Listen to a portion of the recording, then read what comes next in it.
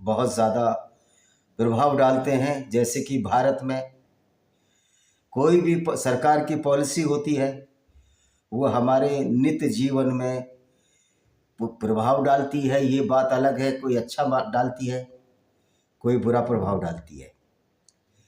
लेकिन एक ऐसा व्यक्ति जिसको बुद्धिजीवी कहा गया, जो बाहर पढ़ने गया, कैम्ब्रिज में पढ़ने गया, कहाँ पढ़ने गया, और जो व्यक्ति एक किताबी रूप से तो सक्षम रहा, जिसने सिर्फ किताबी ज्ञान प्राप्त किया, लेकिन वास्तविक जीवन में जहाँ लोगों को अच्छाई दे सकता था, लोगों का डेवलपमेंट कर सकता था, वहाँ अक्षम ही रहा।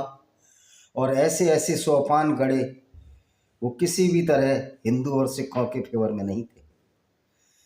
वह व्यक्ति एक सिख था जिनका हाल में ही निधन हुआ है कल परसों। वो थे मनमोहन सिंह जी, जिनका व्यक्तित्व एक हारा हुआ व्यक्तित्व था। भारत में बुद्धिजीवी गढ़े जाते हैं, बनाए जाते हैं, और मनमोहन सिंह को भी ऐसा बुद्धिजीवी बनाने की कोशिश रही है। हालांकि बहुत से ऐसे नकारात्मक पहलू उनके रहे, जो उनके आर्थिक सुधार हैं उनका भी कोई महत्व नहीं रह जाता।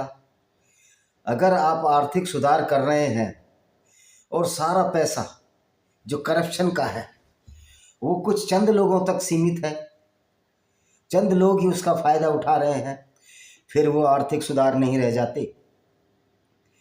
क्योंकि आर्थिक सुधारों का मतलब जब ही है जब जनमानस तक नीचे फायदा पहुंचे।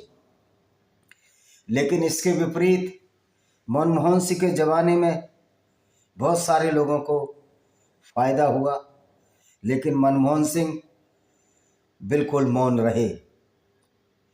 यानी कि जो गलत कृत्य हुए मनमोहन सिंह के ज़माने में, और वो आंख मूंद कर बंद करते रहे, तो ऐसे विद्वान होने से तो वो व्यक्ति ज़्यादा अच्छा है जो कम पढ़ा लिखा है, लेकिन सामाजिक सुरक्षाओं पर और सामाजिक अपेक्षाओं पर खरा उतरता है। सर छोटू राम जी का हम उदाहरण लेते हैं। हालांकि वो पढ़े लिखे थे, उन्होंने जो किसानों में क्रांति फैलाई, हरियाणा के किसानों की ज़मीन हरियाणा के किसानों को वापस मिली। सर छोटू राम का उद्देश्य कोई जाटों की ज़मीन वापस करने का नहीं था, जो कि दूसरे लोग बंधक बनाकर उनको काम कराते थे और ज़मीन के मालिक दूसरे बनते। तो ये प्रथा लाई गई, जो ज़मीन का मालिक है वही ज़मीन का मालिक होगा।